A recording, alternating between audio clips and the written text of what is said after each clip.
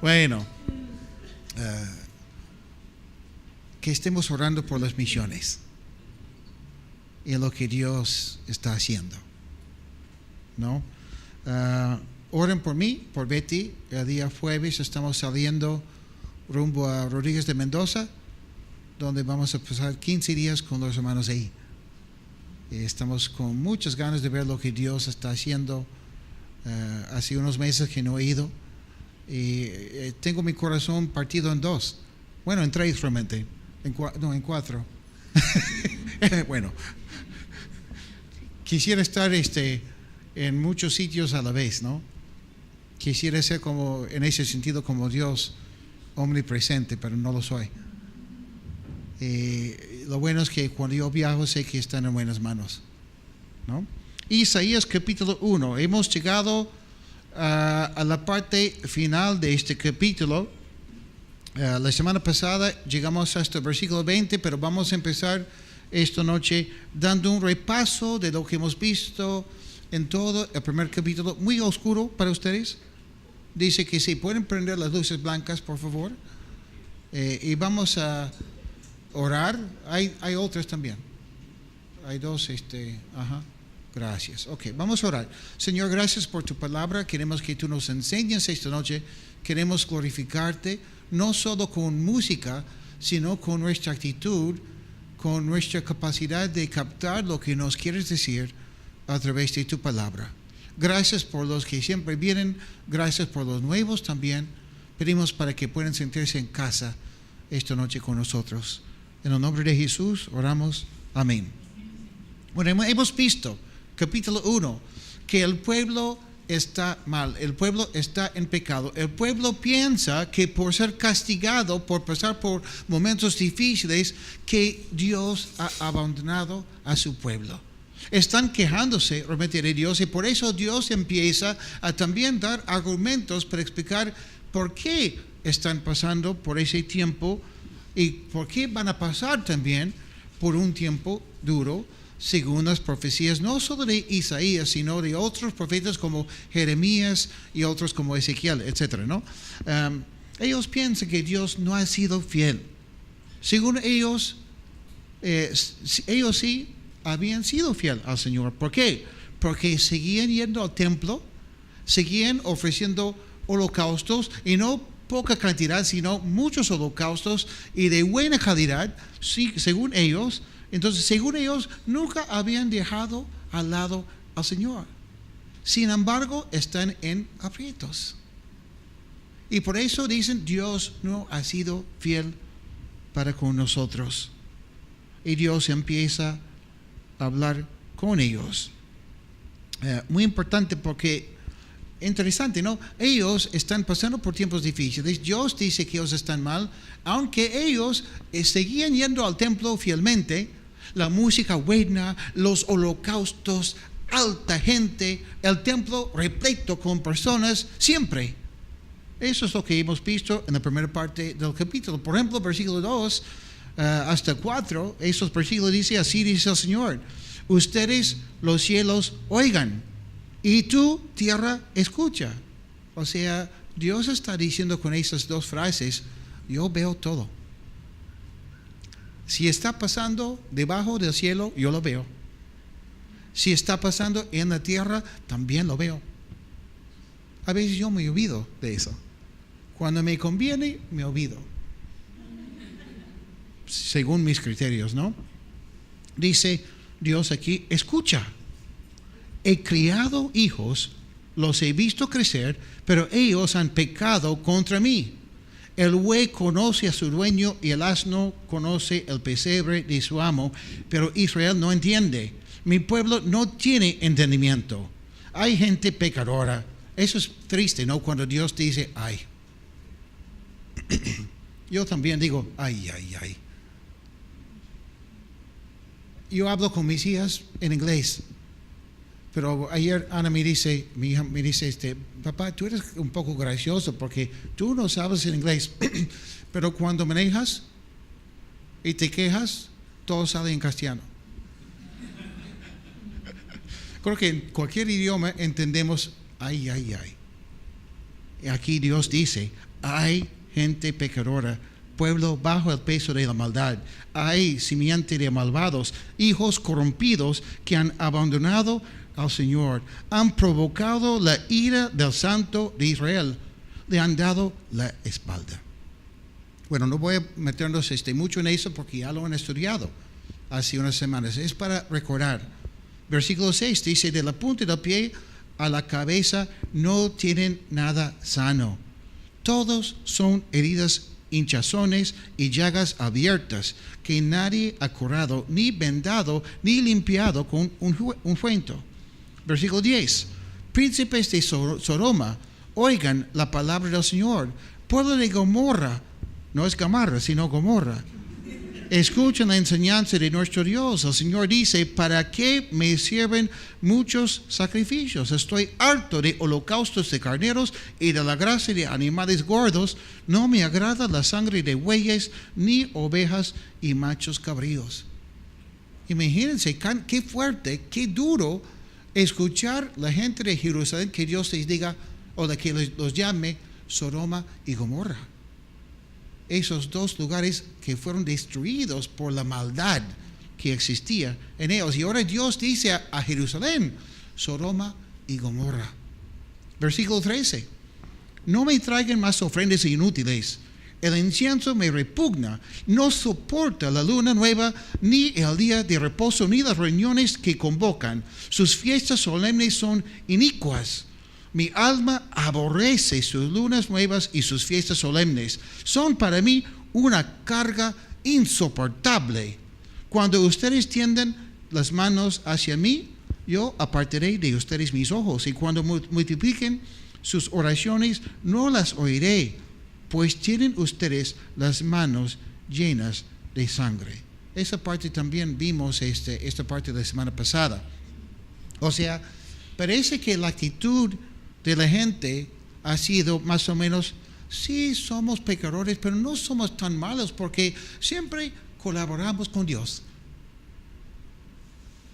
Siempre estamos apoyándole, colaborando con Dios en el templo, cubrimos nuestros pecados con los holocaustos y, por si acaso, estos animalitos son buenos. Siempre cumplimos. ¿Y cómo responde Dios? Ya estoy harto de todo eso. Vimos la semana pasada también, ¿no? Que aquí lo hemos leído. No hay justicia, hay maldad. Van al templo, pero no hay un cambio en su corazón. Y Dios dice a su pueblo aquí en versículo 16, lávense, límpiense, aparten de mi vista sus malas acciones, dejen de hacer lo malo y aprendan a hacer lo bueno. Busquen la justicia, reprendan a los opresores, hagan justicia a los huérfanos y defiendan los derechos de las viudas. Los holocaustos, los sacrificios que el pueblo ofrecía a Dios, ellos se habían olvidado de los propósitos por los cuales Dios mandó a la gente del Antiguo Testamento presentarse en el templo y ofrecer esos holocaustos. ¿Cuáles son, o cuáles han sido, mejor dicho, los propósitos de esos holocaustos? Entre otros, primero, me emociono. El holocausto servía para recordarles que aunque habían pecado, y aunque habían pecado quizás supuestamente en secreto, que hay un Dios que ve todo. Y que ellos tenían que presentar un holocausto al Señor, admitiendo, reconociendo su pecado. Número 2, que habían pecado no solo en contra de los hombres, sino más bien su pecado ha sido en contra de Dios. Por eso presentaban los holocaustos a Dios en el templo. Recordaban con eso también que Dios es un Dios santo. Dios no es cualquier cosa. Y número 3, que el Dios vivo, que ve todo y ve a todos, el mismo Dios que ve todo eso y contra ellos, contra quien ellos habían pecado, deseaba tener comunión con ellos. Deseaba perdonarlos su pecado. Y por eso Dios les invitaba a presentar los holocaustos al Señor. No porque esos animales perdonaban a las personas o permitían a Dios perdonarlos, sino esos holocaustos, como estudiamos en el libro de Levítico hace no sé cuánto tiempo atrás, señalaban hacia el Mesías que vendría. Hace unas semanas les hice una pregunta: si Cristo ya pagó nuestros pecados, ya murió por nosotros, ¿por qué dice la Biblia que en el milenio, en el templo, ofrecerán holocaustos todavía? Y hablé con varios después, porque supuestamente era una tarea para unas semanas, pero hay gente que no aguanta, que no tiene paciencia, como Horacio, que quieren contestar ya. No, y entre otras cosas, hay otras cosas también. Una de las cosas es que ofreciendo esos holocaustos en el milenio, en el futuro, vamos a recordar lo que Cristo ha hecho por nosotros. Vamos a celebrar su gran sacrificio, su perdón, y vamos a tener en el templo ahí, en el milenio, en Jerusalén, otra vez, de nuevo, comunión con Dios y con los demás. Y por eso va a ser un tiempo de mucho gozo poder ofrecer esos holocaustos. Hay que recordar que con pocas excepciones, la gente no solamente mataba al animal y no solamente echaba su mano sobre su cabecita para decir, ese animal está tomando mi pecado, sino la gente también comía de este animal, este sacrificio, ofrenda también a veces en la presencia de Dios. Dios quería tener comunión con ellos. Por eso tenían que llegar al templo y ofrecer esos holocaustos. Y que Dios, número 4, siendo santo, y que ellos, siendo pecadores, necesitaban a un remedio. Necesitaban también a la vez a un mediador. Porque como dice aquí, su pecado les hizo delante de Dios personas enfermas. Pero no con cualquier enfermedad, sino con algo asqueroso. Llagas abiertas. No quiero mejor no lo digo porque vamos a comer después. Pero ya tienen la idea, ¿no? Pero su tiempo en el templo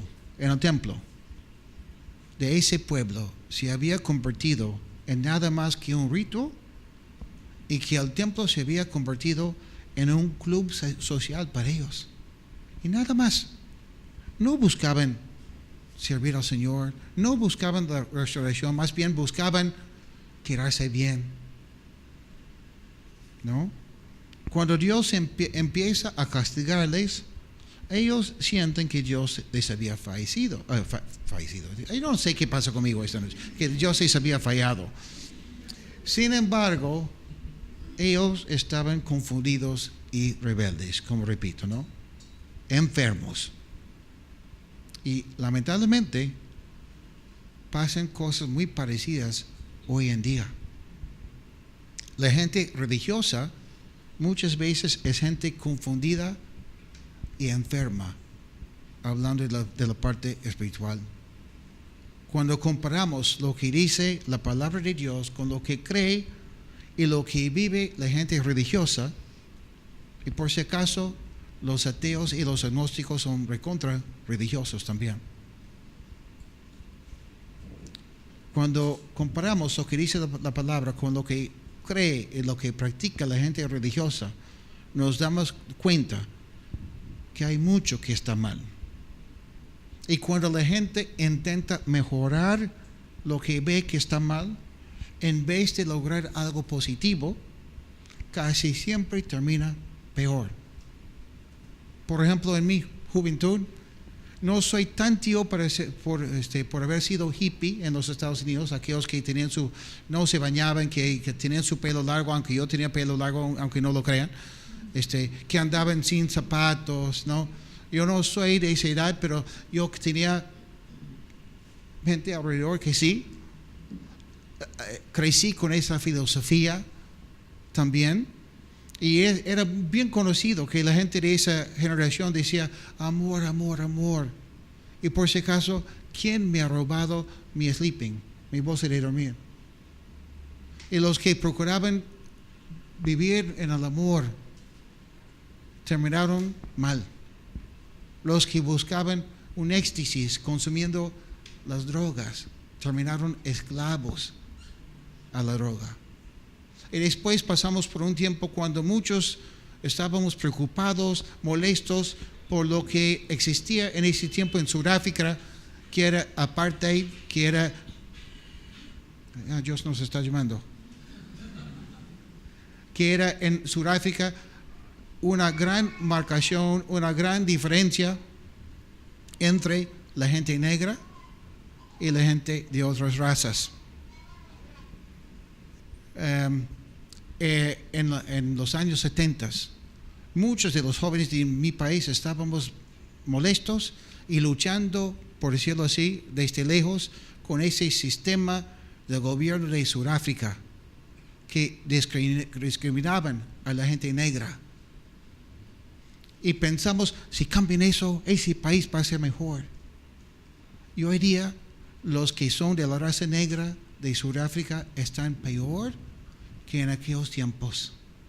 Hay más pobreza, hay más abortos, hay más enfermedades con la gente negra de Sudáfrica que en aquellos tiempos. No digo que estaba bien lo que vivían ellos, pero eso es lo que pasa cuando en el mundo buscamos un cambio político. Muchas veces los que buscan la revolución y dicen lo que están haciendo ellos es injusto, terminan siendo peores todavía.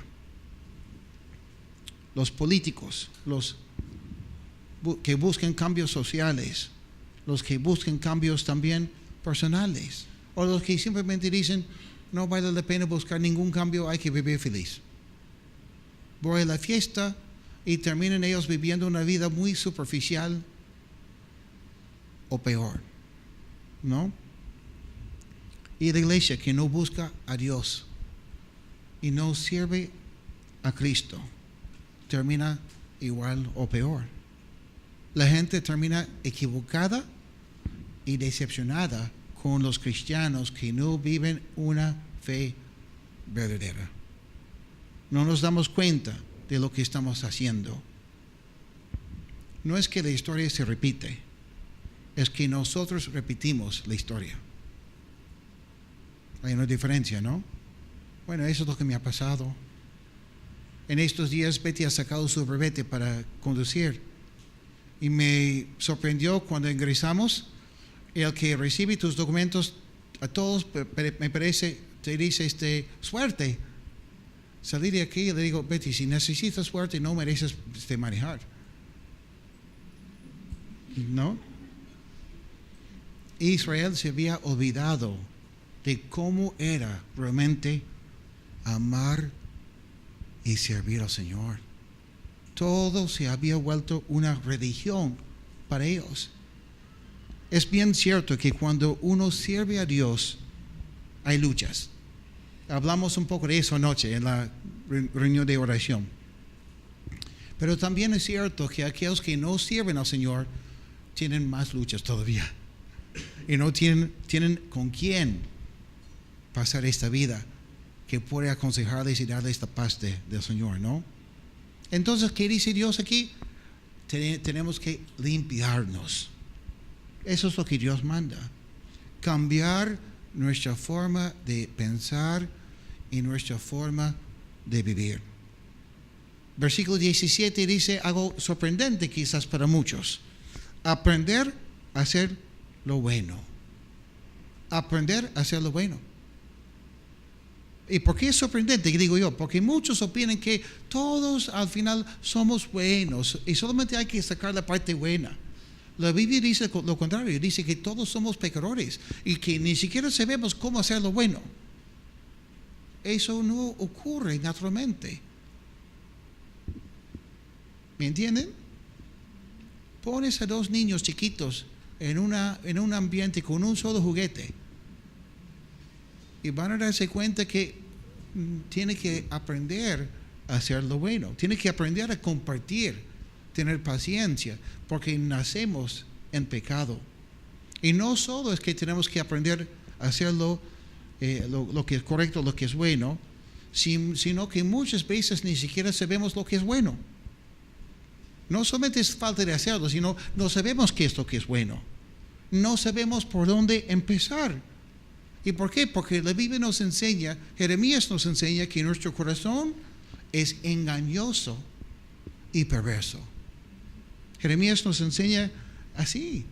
Y nuestra cultura también nos enseña muchas cosas que no son. Ayer estábamos conversando con una pareja que convivieron años. ¿Y por qué? Porque los papás del hombre le aconsejaron así. No, tiene que conocerse mejor. Mejor convivir antes. Y convivían años. Y después conocieron la palabra de Dios. Y recién tomaron su decisión de casarse, ¿no? El mundo, la cultura nos enseña algo que no es correcto conforme a la palabra de Dios. Y por eso tenemos que estudiar lo que dice la palabra. Pero no solo estudiarla, sino vivirla. Aprender a hacer lo bueno diariamente. Así aprendemos a hacer lo bueno. Aprendemos a reprender a los opresores. ¿Cómo hacerlo? Aprendemos a hacer justicia a los huérfanos y defender los derechos de las viudas, como dice el pasaje aquí. Cosas que requieren un cambio de perspectiva, de corazón, también, y que requieren mucha sabiduría y fortaleza espiritual, porque al final todos somos egoístas. Y si me toca apoyar a una viuda o salir a comer algo, en la carne yo voy a salir a comer algo en vez de apoyar a la persona que necesita. Y cuando el pueblo de Dios hacía caso al Señor, cuando ellos cuidaban a las viudas, a los huérfanos, cuando practicaban la justicia, cuando declaraban que estaba mal los que oprimían a la gente, ellos vivían bien. Había paz en su pueblo, entre ellos. Pero cuando dejaban de hacerlo, el pueblo sufría.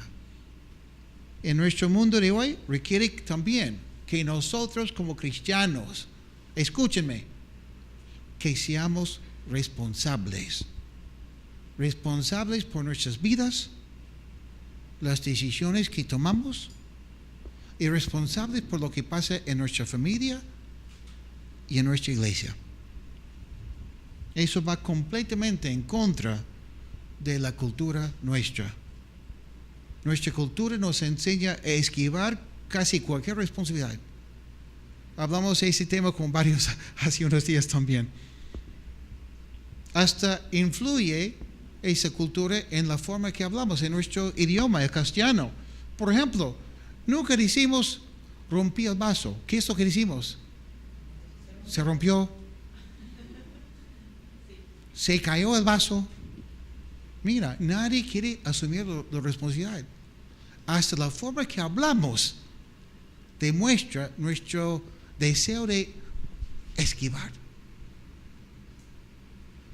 El cristianismo nos enseña a ser responsables. Dios manda eso. No solo es importante ser responsables en algunos momentos, cuando nos conviene. Y no solo ser responsables es todo, es el comienzo.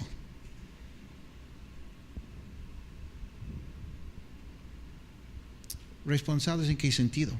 Primero, admitir cuando yo he estado mal, cuando yo he hecho algo que no está bien.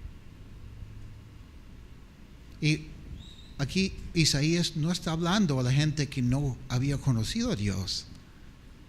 Está hablando al pueblo de Israel. Yo diría que está hablando a la gente de Coinonía también. Ser responsables. ¿Cómo sé que no hemos aprendido esa lección todavía? por las cosas que a veces ocurren aquí en nuestra iglesia. Voy a buscar algo, está roto, pero nadie ha dicho nada. Se rompió. Nadie sabía. Hay que usarlo y no se puede. Nadie ha dicho nada. Y nos olvidamos de que una de las cosas que Dios nos ha dado en este mundo para servirle al Señor es la iglesia. Ser responsables por nuestra iglesia. No decir, los demás lo harán, el pastor lo hará. Esa es parte de nuestra cultura peruana que sin darnos cuenta quizás nos influencia. ¿En qué sentido? Vivimos en una cultura mayormente católica. En la cultura católica, el que se encarga de todo es el cura. Él es el que lo cura todo. Y muchas veces venimos a la iglesia y pensamos, bueno, yo cumplo con Dios porque voy todos los sábados. Cumplo con Dios porque voy los domingos. Hasta a veces colaboro en la puerta. Y no nos damos cuenta que eso no es ser responsable delante de Dios, sino Dios nos ha dado a cada uno un llamado. Es importante ver qué es lo que Dios quiere que hagamos, cómo es que Dios quiere que vivamos y ser fieles y constantes, ¿no? No solo es que no podemos responder con la actitud de Caín, que había matado a su hermano, y cuando Dios le dice, ¿y tu hermano dónde está? Dice, ¿acaso soy el guardián de mi hermano? Ay, eso es asunto de él, no sé dónde estará. Claro que no solamente estaba mintiendo, pero esta actitud también, ¿no? No, va más allá. ¿Se acuerdan que Cristo juzgará a las naciones? Es interesante porque dice que Cristo responderá, de cierto les digo, que todo lo que no hicieron por uno de estos más pequeños, tampoco por mí lo hicieron. O sea, no solo seremos juzgados por lo que hacemos en cuanto a lo que es malo, sino seremos juzgados también por las cosas que debíamos haber hecho, pero decimos, no, mejor que lo haga otro. Hay otra gente. Aquí en nuestro pasaje, Dios menciona a los huérfanos y a las viudas, por ejemplo. Luego, en el Nuevo Testamento, el apóstol Pablo da los requisitos referentes a quienes deben recibir apoyo de la iglesia y quiénes son los que deben seguir siendo responsables por sus propias necesidades. Entonces tampoco no es, ok, hay que apoyar a los huérfanos, vacío mis bolsillos, cumplí. No, tienes que saber qué dice la palabra de Dios. ¿Cómo es que tenemos que ministrar a los huérfanos y a las viudas para tomar decisiones sabias? Pero bueno, hablando de ser responsables, ¿cuántos chicos son prácticamente huérfanos porque están siendo criados por personas extrañas? ¿A qué me refiero? La televisión, el internet, ¿no? ¿Cuántos padres están tan ocupados en la chamba que prenden la televisión o dan a su chico, su hijo, el tablet con los juegos y el chico pasa horas ahí jugando y, ay, cumplí, mi hijo está tranquilo. Pero no estamos criando a nuestros hijos para que sean discípulos, estamos siendo irresponsables. ¿Saben que han comprobado que los chicos o niños que pasan horas con su tablet, con sus juegos así, son más propensos a la depresión?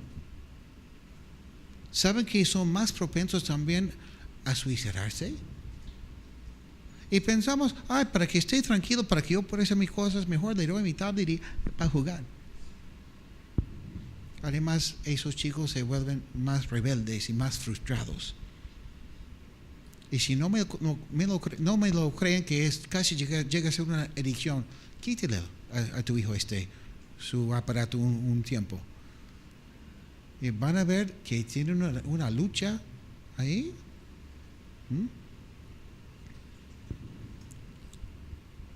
Es importante ser responsables como padres en cuanto al plan de Dios para nuestros hijos, para que crezcan en un hogar con ambos padres presentes en sus vidas y ambos deseosos de apoyar a sus hijos crecer en los caminos del Señor.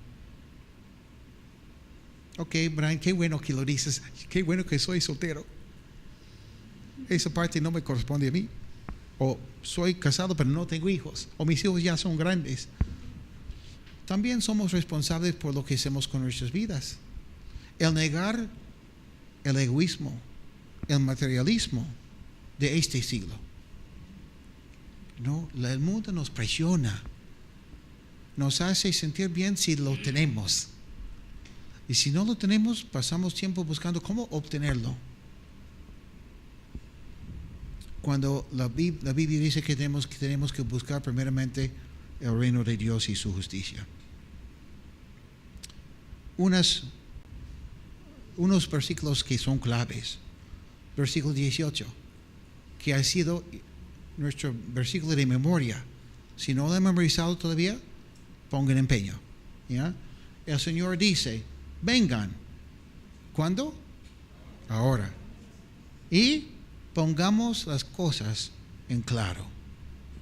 Si sus pecados son como la grana, se pondrán blancos como el coco. Esa es la versión peruana. La versión sabática, ¿no? No, blancos como la nieve. Si son rojos como el carmesí, se pondrán blancos como la lana. Me gusta la traducción en el lenguaje actual, que dice, vamos a discutir en serio. Me encanta.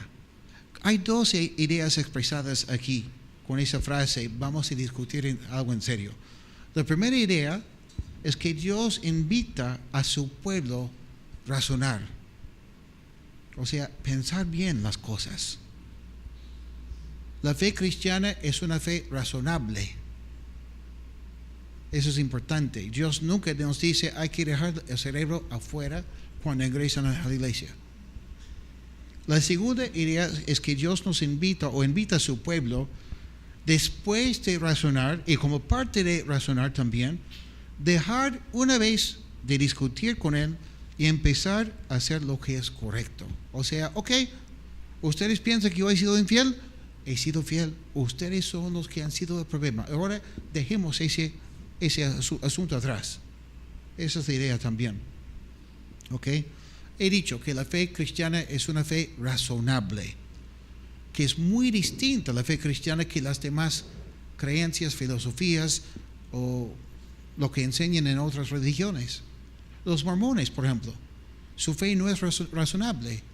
Te dan el libro de Mormón y dice, tú vas a saber si es la verdad o no, y vas a darte cuenta que es la verdad cuando lo pones ahí en tu corazón y vas a sentir algo de calor, y vas a saber que ese libro es de Dios.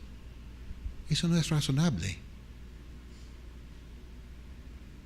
La fe cristiana no es así. Hemos hablado de ese tema muchas veces en nuestra iglesia. Algo lindo que está pasando los últimos 15 años o 10 años más o menos, ¿no? No sé si ustedes saben que los que antes estaban con muchas ganas de hacer debates con los cristianos, los filósofos cristianos, los científicos cristianos, etcétera, los ateos así, los agnósticos así, casi ya no quieren hacer debates porque terminan perdiendo, pero feo. Porque los últimos años, con la ciencia que va avanzando, con las ideas de la filosofía también, las ideas cristianas que vamos desarrollando, yo no, pero los que son inteligentes, ¿no? Y otros, yo he visto los últimos debates con los ateos, con los agnósticos y con los cristianos. Oye, y pobrecitos, los ateos terminan mal.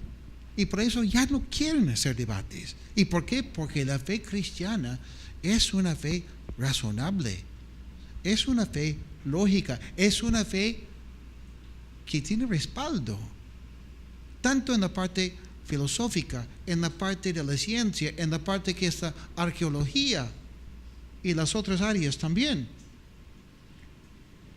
el cristianismo es rico en la filosofía.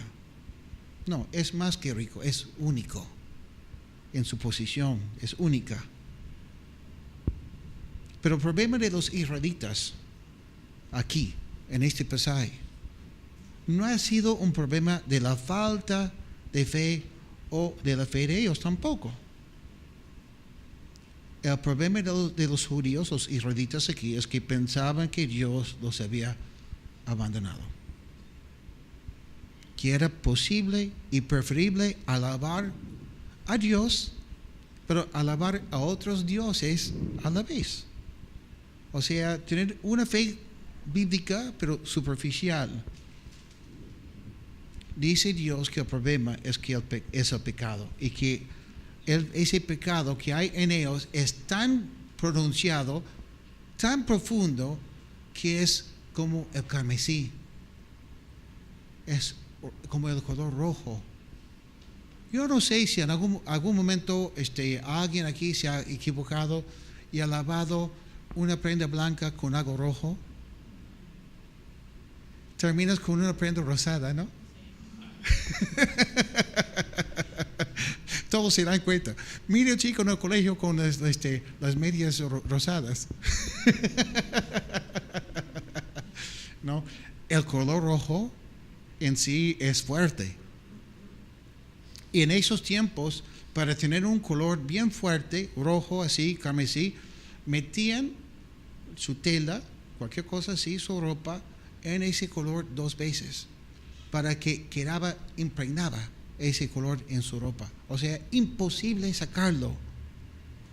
Y lo que Dios está diciendo aquí, entre otras cosas, es que el problema del pecado de ustedes es tan pronunciado, tan fuerte, que si no por un milagro, no hay solución. ¿Cómo van a sacar rojo de una tela así? Imposible. Quizás podría bajarlo un poco el tono, pero nunca vas a sacarlo.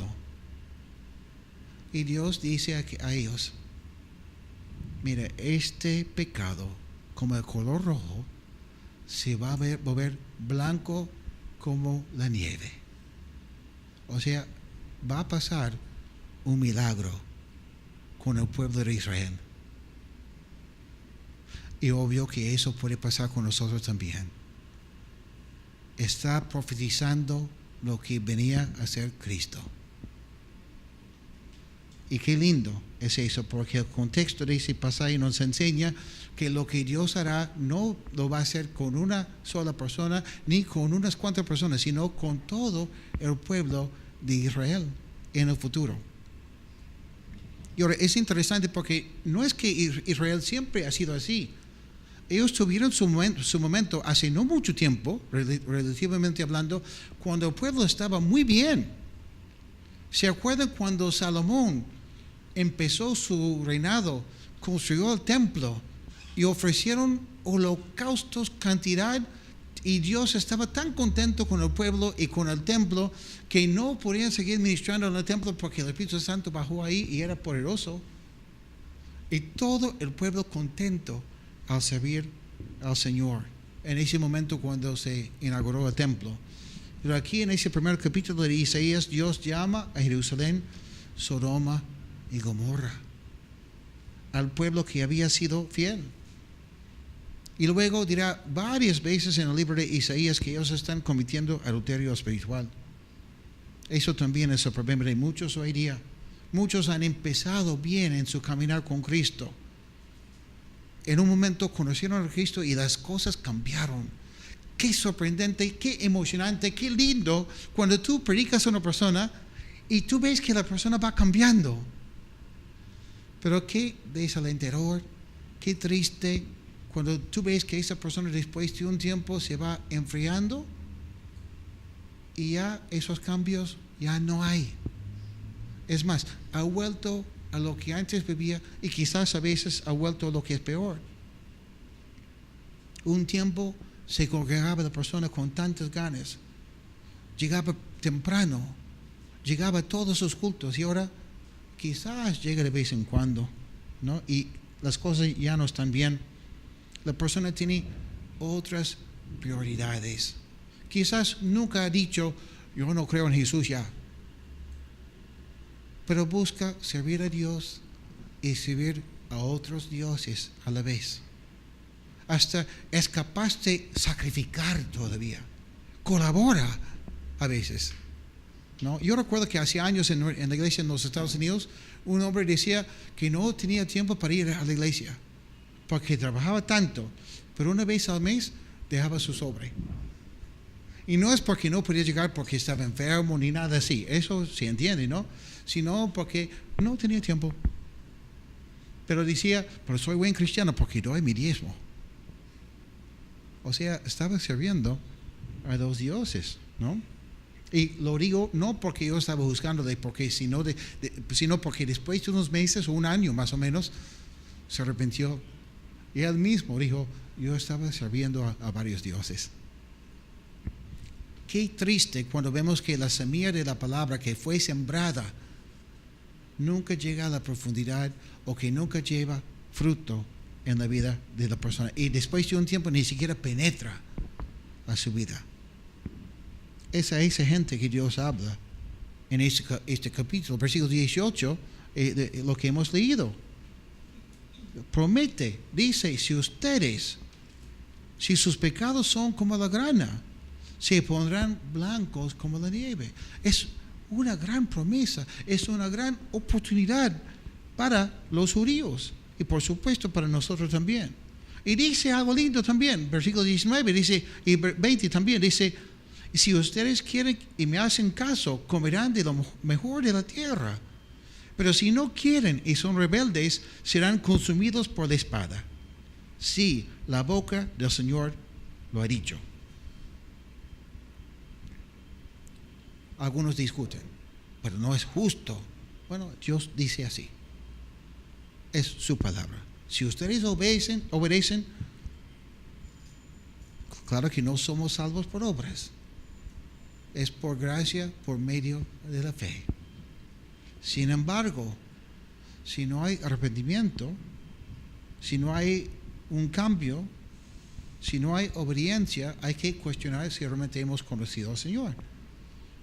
Nadie es perfecto, pero ¿cuál es lo más típico de tu vida?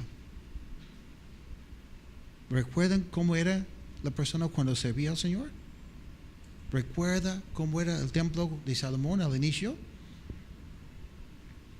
Dice Dios, ¿se acuerdan cuando yo les protegía, cuando yo proveía para ustedes los beneficios? ¿No? Bueno, dice Dios aquí, esa es mi promesa. Ese color rojo, el carmesí, será cambiado si me obedecen. Pero si no me obedecen, serán destruidos. Siempre hay un remanente, pero uno decide si va a ser parte de ese remanente o no. Versículo 21 dice, ¡ay, ciudad fiel! Qué confuso casi, ¿no? Esa frase, ¡ay, ciudad fiel! ¿Cómo te has prostituido? Antes residía en ti la justicia, el derecho, y ahora el asesinato. Tu plata se convirtió en escoria. Tu vino se mezcló con agua. Parece que estás escribiendo hoy día, ¿no? Vas a comprar una botella de vino ahí en no sé dónde y terminas con mitad vino, mitad agua. Tus príncipes son rebeldes y cómplices de ladrones. Todos ellos aman el soborno y van tras las recompensas. No les hacen justicia a los huérfanos ni les importa defender los derechos de las viudas. Por lo tanto, así dice Dios, el Señor de los ejércitos, el fuerte de Israel. Por si acaso, cuando dice aquí Dios de los ejércitos, lo más obvio es que Él es el Dios que manda a los ángeles, que un solo ángel es capaz de matar a 180,000 personas. Pero yo creo que también está diciendo otra cosa aquí, porque vamos a ver más luego en Isaías que Dios también manda a los ejércitos de Babilonia y de otros países. Entonces, manda hasta los ejércitos que no quieren hacerle caso, porque Él es el Dios de los ejércitos. el fuerte de Israel. Voy a vengarme de mis enemigos, voy a desquitarme de mis adversarios. Luego volveré mi mano contra ti y limpiaré tu escoria hasta dejarla pura y te quitaré toda tu impureza. Haré que tus jueces sean como eran al principio y que tus consejeros sean como eran antes. Después de eso te llamarán ciudad de justicia, ciudad fiel. Sidón será rescatada por medio de la justicia y los que se vuelven a mí por medio del derecho. Pero los rebeldes y pecadores serán aniquilados al mismo tiempo, y los que abandonan al Señor serán consumidos. Entonces ustedes se avergonzarán de las encinas que tanto amaban y lamentarán haber elegido esos huertos, los lugares donde ellos alababan a los dioses falsos. Versículo 29. Entonces ustedes se avergonzarán de las encinas. Es interesante, ¿no? Hoy en día ese pueblo, cuando Isaías escribe ese pasaje, piensa que es lo más común, lo que todos hacen. Sí, vamos al templo, después vamos por allá, alabamos a los dos dioses o a varios dioses, pero en el futuro van a terminar avergonzados. Dice aquí, y lamentarán haber elegido esos huertos. Dice los más abajo, los fuertes serán como estopa y sus hechos serán la chispa que prenda fuego a unos y otros. Y arderán y no habrá quien apague el fuego. Creo que no hay que hacer mucho comentario. Es bien claro lo que dice aquí, ¿no? Esas obras que ellos buscaban hacer, pensaban que era lo normal, son las chispas para prender el fuego de la ira de Dios. Tenemos dos opciones, hermanos. Como repito, Él habla a su iglesia, a su pueblo de Israel. Y hoy día nos habla a la iglesia también. No estoy diciendo que la salvación se pierde. Pero lo que sí estoy diciendo es que muchos buscan servir a dos dioses o varios dioses. Y eso es imposible. Solo podemos servir al Señor o servir a otro. ¿No? Y tener cuidado, cuidar nuestro corazón y hacer caso al Señor. Ser responsables con lo que Dios nos da. Amén. Pónganse de pie, vamos a orar y después, como siempre, vamos a ponernos en grupos pequeños para contestar unas preguntas. Gracias, Señor, por tu palabra. Gracias por lo que nos enseñas. Este pasaje no es tan agradable. Es un pasaje un poco duro, pero también tiene su lado lindo. Porque nosotros reconocemos que no somos capaces de cambiar nuestro corazón y mucho menos nuestra vida. Lo hemos intentado quizás antes y nos sentimos frustrados por haber intentado algo que no es posible. Pero te damos las gracias por esa gran promesa en medio de este pasaje, Señor, que nuestros pecados pueden ser perdonados. Y no solo eso, sino que tú prometes cambiar a todo un pueblo, toda una nación. En el futuro vamos a ver a Israel alabándote, sirviéndote con ganas, Señor. Y si eres capaz de cambiar toda una nación así, como tú prometes hacer, tú también eres capaz de obrar en nuestras vidas y cambiarnos. Gracias, Señor, porque como hemos cantado esta noche, somos libres en ti, libres para amarte, libres para decir no al pecado, libres para vivir en amor, libres para aprender más de ti, sentarnos a tus pies y aprender más de ti. Gracias también porque somos libres de perdonar a nuestros hermanos y otros que nos hacen daño y andar y caminar, avanzar en la fe. Gracias por ponernos aquí en este lugar esta noche. Y gracias porque el ministerio no se ha terminado. Recién va a empezar casi cuando formamos esos grupos pequeños para hablar entre nosotros. Gracias, Cristo. En tu santo nombre oramos. Amén.